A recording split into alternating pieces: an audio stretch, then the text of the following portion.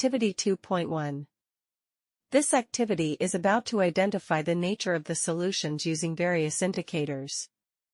In this activity, various samples are collected from the laboratory, like hydrochloric acid, nitric acid, sodium hydroxide, potassium hydroxide, ammonium hydroxide, sulfuric acid, acetic acid, calcium hydroxide, and magnesium hydroxide.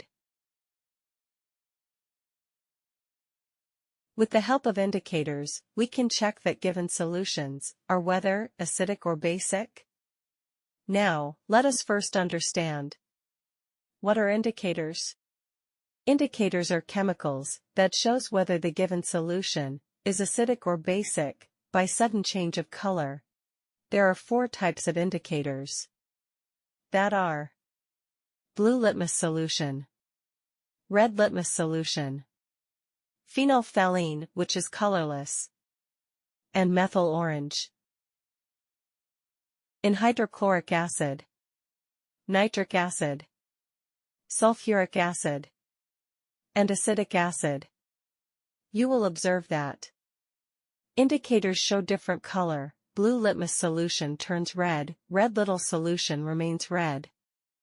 Phenolphthalein is colorless in acidic solution, while methyl orange turns pink.